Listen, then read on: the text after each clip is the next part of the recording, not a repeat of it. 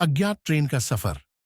मध्य प्रदेश के घने जंगलों के बीच एक पुराना रेलवे ट्रैक है जिसे लोग छाया मार्ग कहते हैं। यह ट्रैक कभी व्यस्त रहता था, लेकिन वर्षों पहले रहस्यमयी घटनाओं के कारण इसे बंद कर दिया गया। गांव वालों के बीच एक कहानी प्रचलित थी।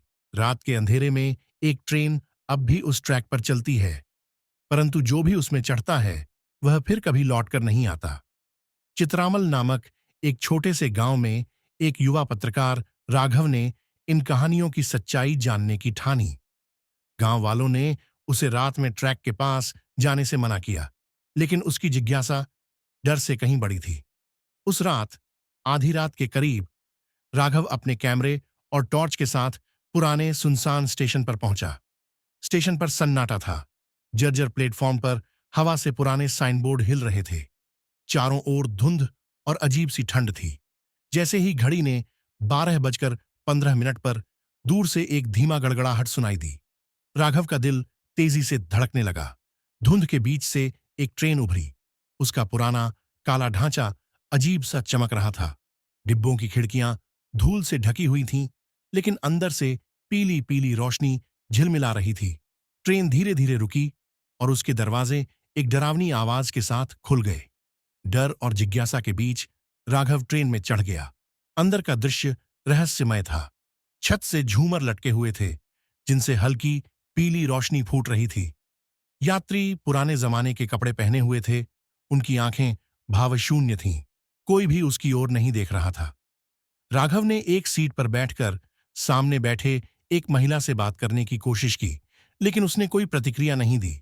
ट्रेन झटके से चल पड़ी और राघव ने महसूस किया कि न तो पहियों की आवाज सुनाई दे रही थी, न ही ट्रेन की गति का एहसास हो रहा था। बाहर का दृश्य भी अजीब था। पेड़, पहाड़ और नदियां जैसे धुंध में घुल रहे थे। तभी यात्रियों ने एक अजीब सा गीत गाना शुरू कर दिया। उनकी आवाजें एक भयानक समरसता में गूंज रही थीं। राघव को डर लगने लगा। उसने उठने की कोशिश की, लेकिन उसका शरीर जैसे जम गया था। तभी एक बूढ़ा व्यक्ति कंडक्टर की वर्दी में उसके पास आकर खड़ा हो गया। उसकी आंखें खाली थीं और उसकी आवाज सूखी पत्तियों की सरसराहट जैसी थी। तुम्हें यहां नहीं होना चाहिए था, उसने कहा। यह ट्रेन केवल भटके हुए लोगों के लिए है। राघव कुछ कहने की कोशिश कर रहा था, लेकिन उसके होंठ हिल नहीं रहे थे। कंडक्टर ने आगे कहा, तुम जीवित हो, लेकिन तुमने हमें ढूंढ लिया। अब तुम्हें किराया चुकाना होगा। ट्रेन धीमी होने लगी और राघव ने खिड़की से बाहर देखा। वहां एक अंतहीन अंधकार फैला हुआ था। दूर दूर तक कुछ नहीं था, केवल कुछ चमकती हुई हल्की रोशनी, जैसे अनजान तारे। कंडक्टर ने दरवाजे की ओर इशारा किया। अब तुम्हें यहीं रहना होगा, भुला दिए गए लोगों के बीच। दरवाजा खुला और एक अनदेखी शक्ति ने राघव को ट्रेन से बाहर खींच लिया। कुछ हफ्तों बाद जंगल में ट्रैक के पास एक हाइकिंग ग्रुप को राघव का कैमरा मिला।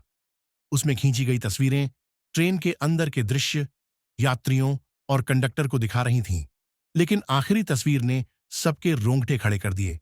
वह तस्वीर राघव की थी, जो एक अंधेरे, खाली जगह पर खड़ा था। उसकी आंखों में असीम भय था।